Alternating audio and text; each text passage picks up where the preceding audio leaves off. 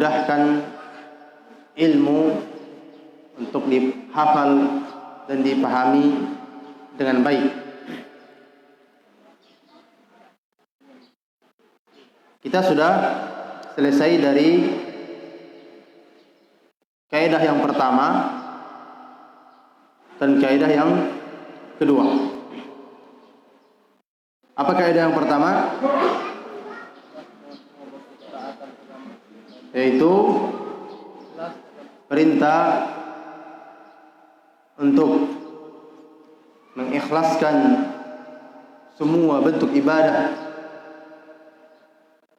hanya kepada Allah Subhanahu wa taala dan meninggalkan lawannya.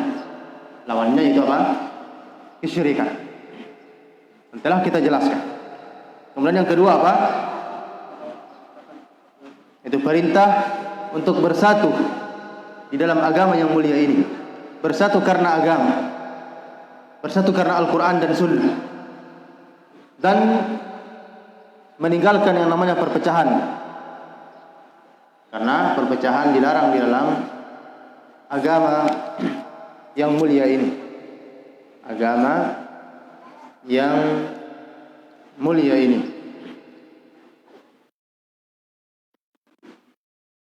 Kita sudah sebutkan pada pekan yang sebelumnya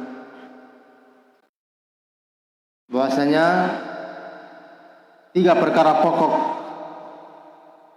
yang kapan terkumpul 3 perkara tersebut, maka manusia akan bisa meraih kebaikan dunia dan akhiratnya. Mendapatkan kebaikan dunia dan akhiratnya. Itu pertama tadi, kaidah yang pertama. Yang kedua telah berlalu, itu persatuan di atas agama.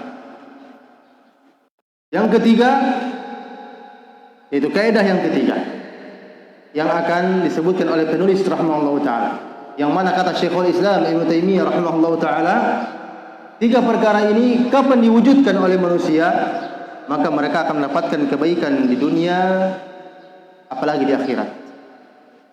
3 perkara pokok ini, mengikhlaskan amalan hanya kepada Allah, kemudian bersatu di atas agama yang mulia ini bersama kaum muslimin dan para pemimpinnya, dan yang ketiga yaitu kaum muslimin mereka bersama dengan pemerintah atau ulil amr kaum muslimin.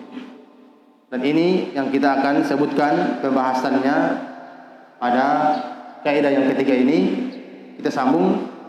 Berkata penulis rahimahullah taala, al-aslu tsalis, kaidah yang ketiga, landasan pokok yang ketiga.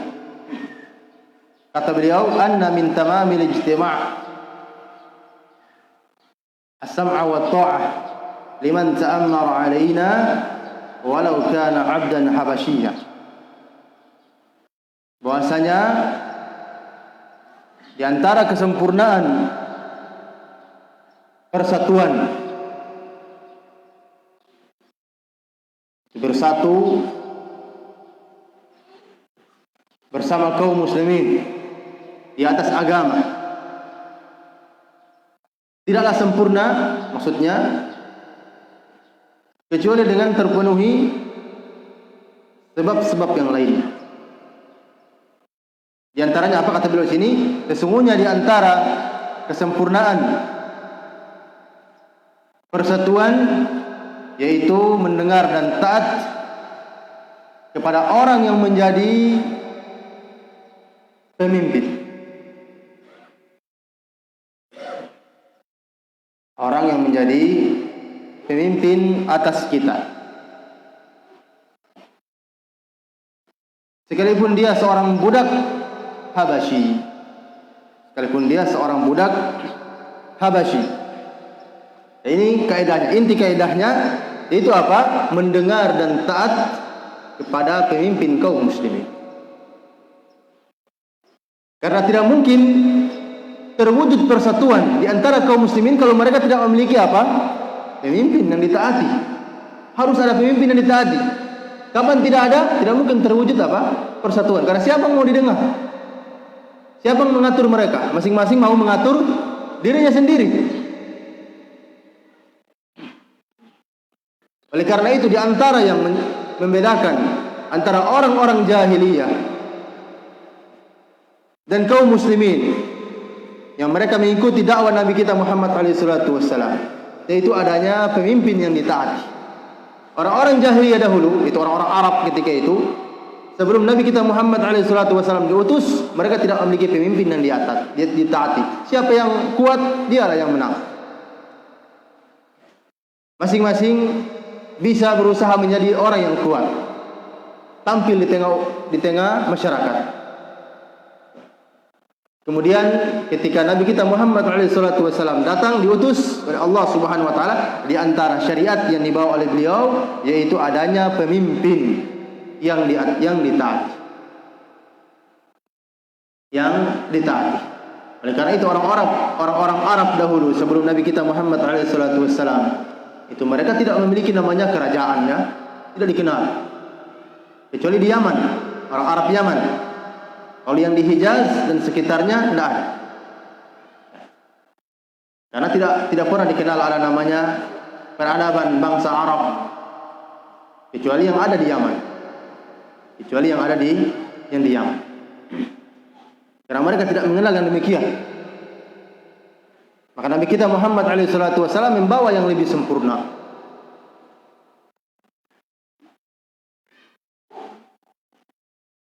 Yaitu apa? Ajaran agar supaya kaum muslimin taat dan mendengar kepada siapa saja yang menjadi pemimpin mereka selama dia seorang muslim.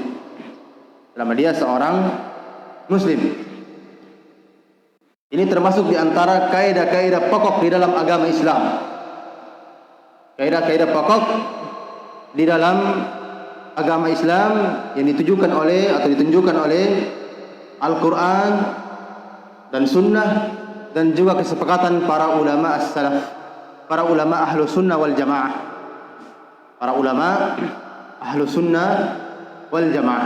Ini perkara yang disepakati. Allah Subhanahu wa taala berfirman, "Ya ayyuhalladzina amanu atti'ullaha wa atti'ur rasul wa ulil amri minkum." Wahai orang-orang yang beriman, taatlah kalian kepada Allah dan taatlah kalian kepada Rasul dan ulil amri di antara kalian. Di antara makna ulil amri, sebagian para salaf menafsirkan dengan al-umara, para pemimpin, para penguasa. Di antaranya menafsirkan demikian yaitu sahabat yang mulia Abdullah Ibn Abbas dan juga Abu Hurairah.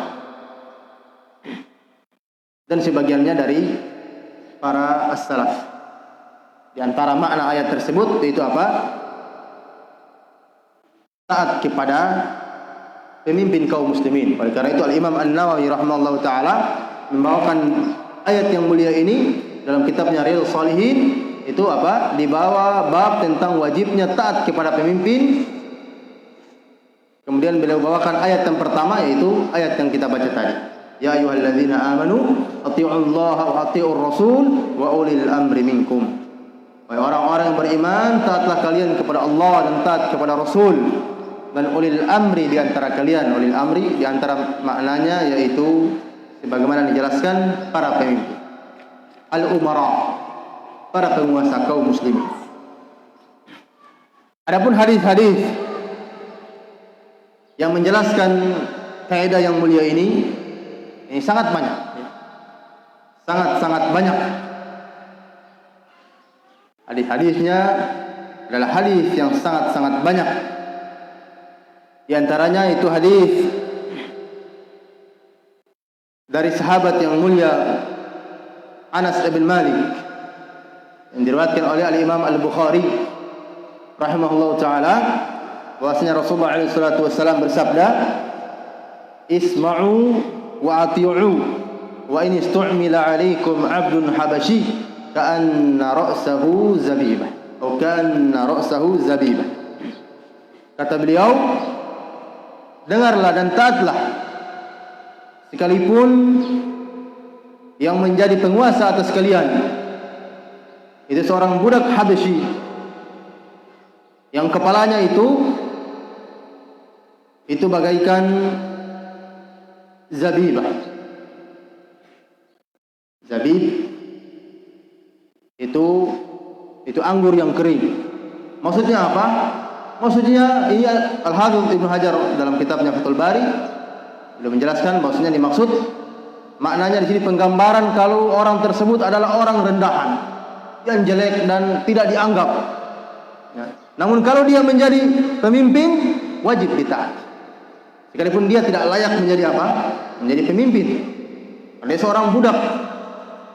Bahkan orang rendahan. Ini gambaran. Namun kapan dia jadi? Kata Nabi SAW, isma'u wa ati'u. Taatlah dan dengarlah pada perkara-perkara kebaikan. Dan juga hadis yang lain dari sahabat yang mulia Abdullah bin Umar radhiyallahu taala anhuma, bahwasanya Rasulullah SAW bersabda, "Alal mar'il muslim as-sam'u wat ta'ah fi ma ahab wa karih." Wajib bagi seorang muslim itu mendengar dan taat pada perkara yang dia sukai atau dia benci, suka maupun senang, illa ayyumar bi ma'siyah, kecuali jika dia diperintahkan pada perkara yang terdapat di dalamnya maksiat. Fa in umira bi ma'siyatin fala sam'a wala ta'ah. Jika dia diperintahkan pada perkara yang terdapat di dalamnya maksiat, maka tidak ada ketaatan dan kepatuhan terhadap perintah tersebut. Hadisnya diriwayatkan oleh Al-Imam Al-Bukhari dan Al-Imam Muslim. Hadis-hadis yang semakna ini itu sangat banyak, ya. Sangat banyak. Jadi perintah untuk apa? Taat kepada para pemimpin kaum muslimin. Taat kepada pemimpin kaum muslimin. Karena ketaatan kepada mereka pada perkara-perkara yang baik, yang di dalamnya ada maslahat kaum muslimin, ada maslahat umum, ini merupakan perkara yang menjadi pokok kebaikan masyarakat secara khusus. Karena tidak mungkin suatu masyarakat itu menjadi baik, tatanan di dalam masyarakat menjadi baik, kalau mereka tidak memiliki pemimpin yang mereka taati. Masing-masing berbuat sekehendak. Dia suka apa saja yang dia lakukan. Dia tidak pusing. Namun ketika ada pemimpin, penguasa ditaati, maka tatanan kehidupan itu menjadi baik. Kapan tidak, maka kerusakan yang terjadi di mana-mana. Kerusakan yang terjadi di mana-mana. Oleh karena itu, di antara perkara pokok di dalam agama, yaitu mereka mendengar dan patuh kepada para pemimpin kaum muslimin selama dalam kebaikan. Dan mereka bersabar ketika apa? Ada hal-hal yang mereka tidak sukai, penyimpangan-penyimpangan yang muncul dari para penguasa, atau sikap mementingkan diri para penguasa, meraup keuntungan dunia. Urusan kaum muslimin ditelantarkan. Nabi kita Muhammad SAW memerintahkan kita untuk apa? Bersabar. Bagaimana dalam hadis Abdullah bin Mas'ud radhiyallahu taala anhu yang diriwayatkan oleh Al-Imam Al-Bukhari. Kata beliau, "Innahu wa innaha satakunu atharah." Sesungguhnya akan terjadi yang namanya atharah. Atharah yaitu sikap mementingkan diri sendiri dari kalangan para penguasa. Mereka lebih mementingkan urusan-urusan mereka, pribadi mereka, daripada melihat urusan-urusan kaum muslimin. Ini Nabi mengabarkan, ya, yang apa yang akan terjadi. Nabi mengabarkan apa yang akan terjadi. Wa umurun tunkirunaha, dan perkara-perkara yang kalian ingkari dari mereka. Kata Nabi, Para sahabat, perhatikan, para sahabat ketika mendengar apa yang Nabi SAW katakan, bahwasanya akan ada para penguasa yang demikian sifatnya, maka para sahabat apa kata mereka? Fama ta'muruna ya Rasulullah. Apa yang engkau perintahkan untuk kami wahai Rasulullah menghadapi pemimpin-pemimpin yang begini modelnya? Ya.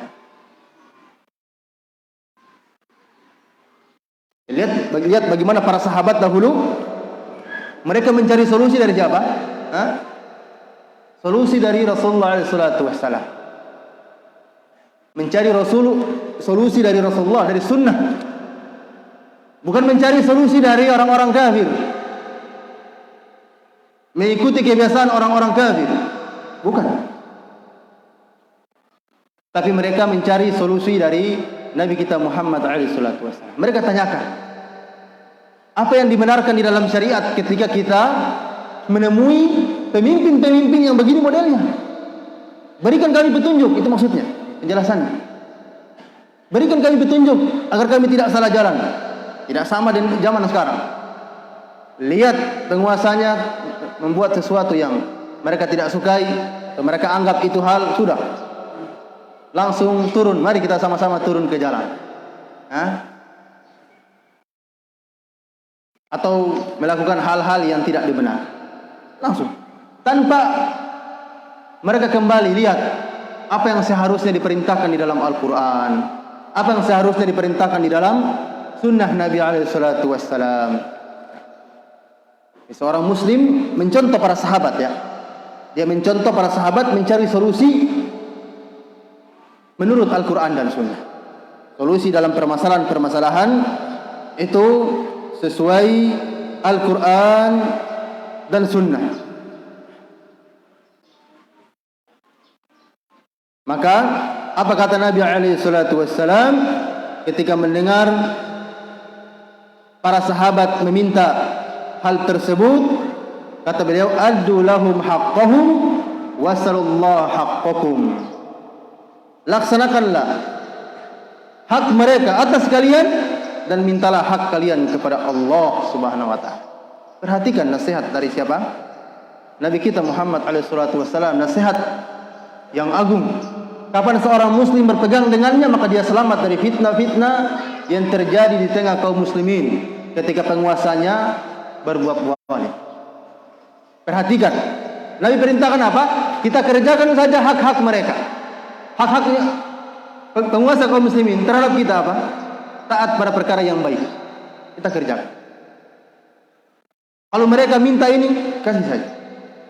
Terus bagaimana hak kita? Apa kata Allah? Apa kata Nabi SAW? Sallallahu haqqakum. Minta hak kalian kepada Allah Subhanahu wa taala.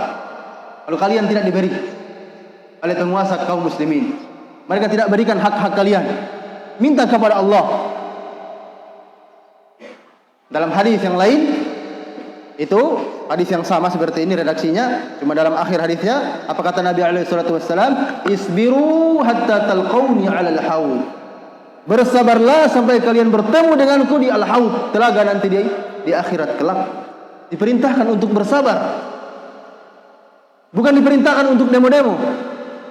Nabi tidak katakan demonstrasilah sampai kalian tumbangkan presidennya. Nah, tak pernah seperti itu. Diperintahkan apa? Bersabar.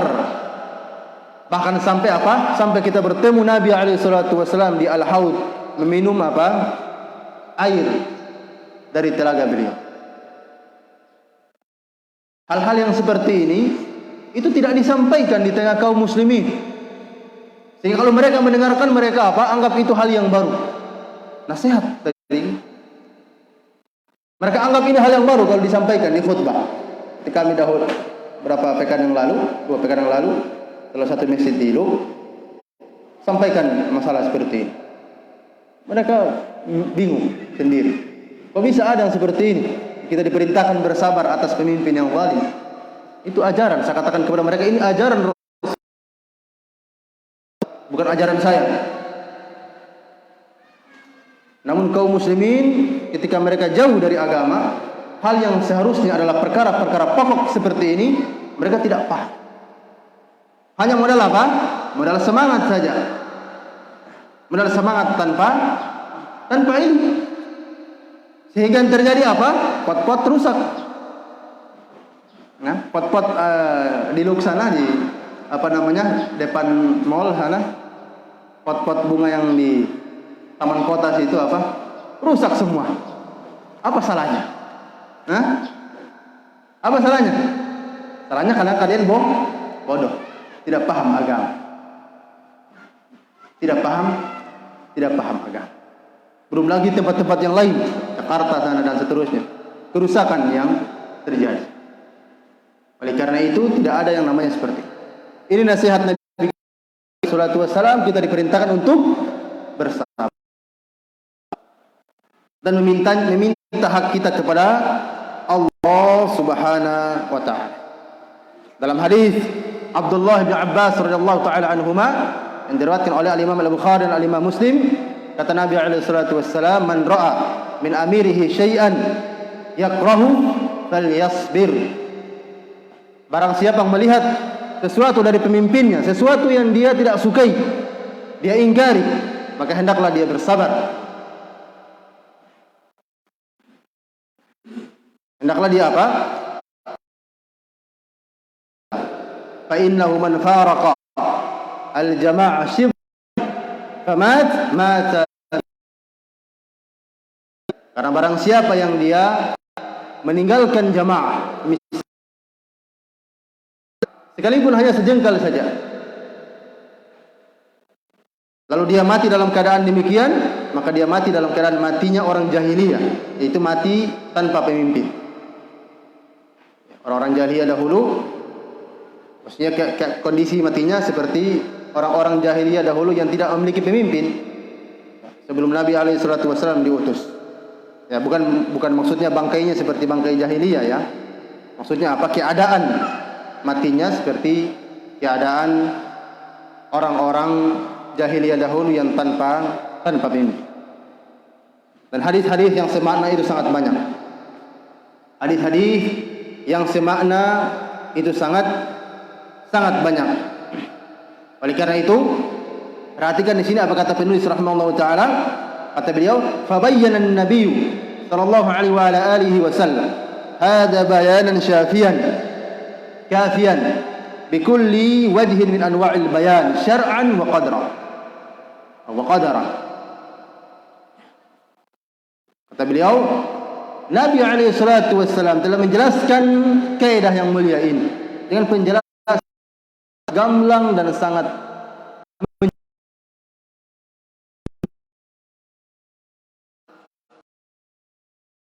bentuk. Maksudnya apa? Untuk taat kepada pemimpin. Ada larangan memberontak. Perintah bersabar atas kezaliman. Ini bentuk-bentuk apa? Bentuk-bentuk penjelasan tentang wajib dan taatnya kita kepada pemimpin kaum muslimin. Kata beliau di sini, syar'an wa qadaran. Penjelasan di dalam Al-Quran dan penjelasan di dalam As-Sunnah. Qadaran maksudnya secara qadari. Maksudnya apa? Maksudnya kenyataan yang disaksikan. Maksudnya kenyataan yang disaksikan. Siapa saja yang mereka tidak taat kepada pemimpin, pasti kehancuran yang akan muncul. Ketika suatu masyarakat mereka tidak taat kepada pemimpinnya, pasti melahirkan apa? Kehancuran di dalam masyarakat. Kerusakan-kerusakan di tengah masyarakat. Itu maksud dari penjelasan syar'i dan penjelasan qadari. Penjelasan syar'i maksudnya apa? Disebutkan di dalam Al-Quran dan di dalam Sunnah. Penjelasan secara qadari maksudnya apa? Kenyataan yang ada, yang disaksikan.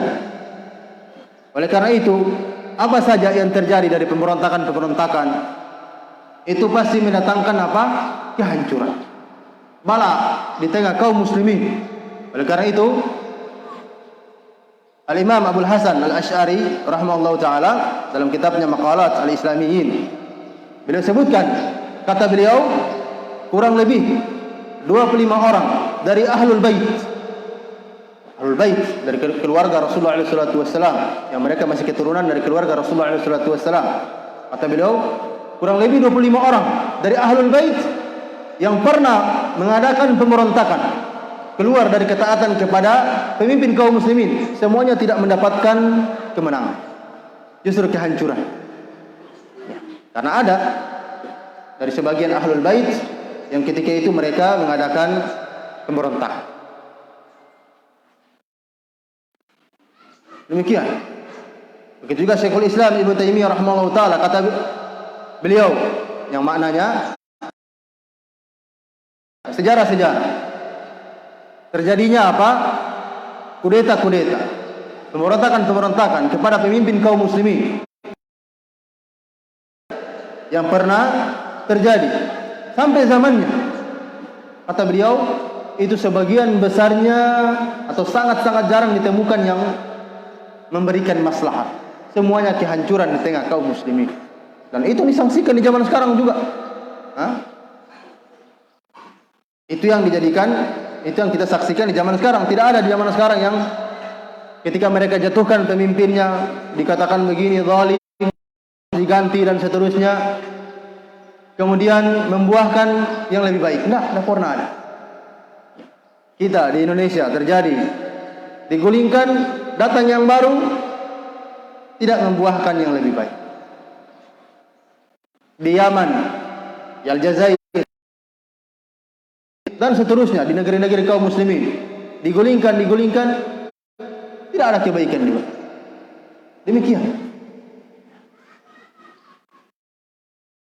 Jadi ini apa? Kaidah pokok di dalam agama. Oleh karena itu para ulama dahulu mereka sebutkan di dalam kitab-kitab apa? Kitab-kitab akidah. Kitab-kitab akidah. Yang wajibnya di antara akidah Ahlussunnah wal Jamaah itu taatnya mereka kepada pemimpin kaum muslimin. Selama dia muslim, wajib taat kepadanya pada perkara-perkara yang baik dan ada maslahatnya buat kaum muslimin. Buat kaum muslimin. Jadi ini perkara yang disepakati, ya.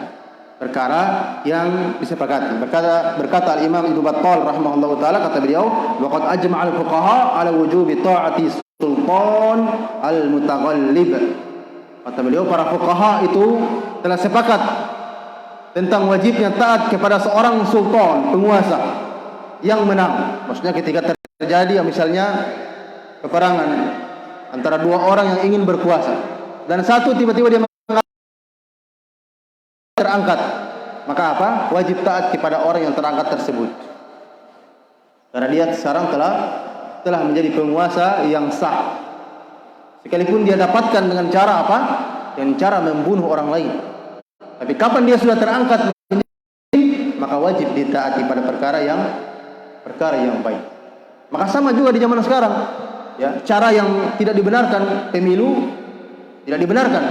Namun kapan dia terangkat, sekalipun tidak benar cara memilihnya, kapan dia terangkat, selama dia muslim, wajib ditaati pada perkara-perkara yang baik, yang ada maslahatnya buat kaum muslimin.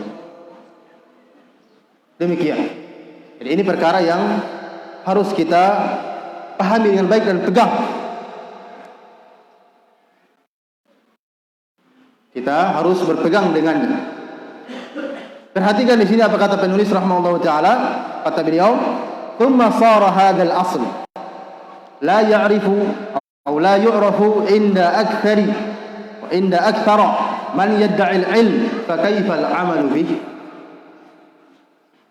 Kemudian kaidah ini itu menjadi tidak diketahui, tidak diilmui lagi di sisi orang-orang yang mengaku, orang-orang yang berilmu. Maka bagaimana lagi dengan mengamalkannya? Maksudnya orang yang mengamalkannya. Jika saja orang-orang yang berilmu saja sudah tidak mengetahui kaidah yang mulia ini, sudah meninggalkan kaidah yang mulia ini, bagaimana pengamalan di tengah masyarakat? Lebih tidak tahu lagi. Tidak ada pengamalan lagi. Ya, tidak ada pengamalan lagi. Oleh karena itu perhatikan ketika kaidah oleh kaum muslimin, bahkan setingkat orang-orang yang dianggap memiliki ilmu, ditinggalkan oleh mereka. Perhatikan memunculkan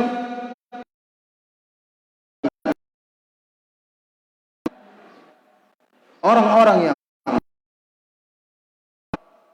membuat provokasi, orang-orang yang tampil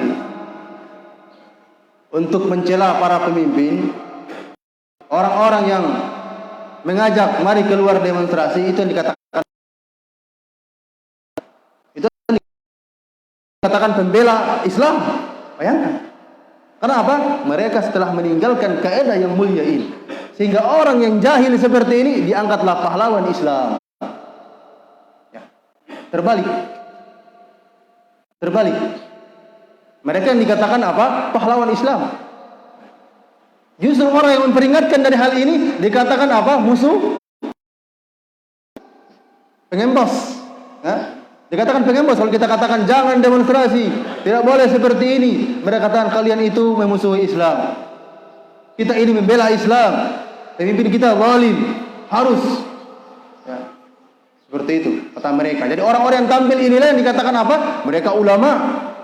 Padahal mereka lah orang-orang yang tidak paham kaidah yang mulia ini. Ya. Dan para ulama telah sepakat. Ya. Karena tidak mungkin muncul pemberontakan dengan senjata kalau tidak ada lisan. Tetap harus ada lisan dulu. Ada orang-orangnya yang provokasi. Datang ke fulan, kumpulkan massa. Oh ini begini, pemimpin kita sudah begini itu, dia ini sudah begini. Panas hati-hati masyarakat. Sehingga ujung-ujungnya muncul namanya kudeta dengan peperangan. Jadi pasti ada namanya kudeta dengan lisan. Dan ini digunakan oleh orang-orang yang tidak paham agama, orang yang menyimpang dari jalan yang lurus. Dari jalan yang lurus. Sehingga orang yang berusaha ingin kita menyikapi pemimpin kita yang keliru, yang dengan sesuai arahan dari Nabi kita Muhammad SAW, ya, sesuai kandungan Al-Quran dan Sunnah, justru dikatakan itu yang menyimpang. Dikatakan itu hal yang dikatakan mendukung penguasa yang zalim. Dikatakan apa? Mendukung orang mengajak agar supaya kita menghadapi mereka sesuai dengan tuntunan apa? Al-Quran dan Sunnah. Namun dituduh dengan apa? Tuduhan bahwasanya kita mendukung kezaliman. Siapa mendukung kezaliman? Kezaliman diingkari. Tersebut. Cuma cara menyampaikan tidak seperti itu. Kita memiliki patokan, petunjuk, itu Al-Quran dan Sunnah. Al-Quran dan Sunnah. Jadi harus dipegang baik-baik kaidah yang mulia ini. Dan kaidah yang mulia ini itu disebutkan di dalam kitab-kitab akidah. Kitab-kitab akidah, hampir semua kitab-kitab akidah itu menyebutkan hal ini, kaidah yang mulia ini. Sehingga kita tidak perlu panjang lebar dalam membahas ini, ya, karena nanti akan disebutkan juga dalam kitab-kitab akidah yang lain. Ya. Jadi itu kaidah yang ketiga. Wallahu taala alam bisawab. Adapun rincian-rincian yang berkaitan dengannya itu kita tidak perlu panjang lebar di dalamnya. Jadi kita cukupkan sampai sini dulu. Insyaallah kita akan lanjutkan lagi pada pekan selanjutnya. Wallahu taala alam bisawab. Wabillahi at-taufiq. Ada yang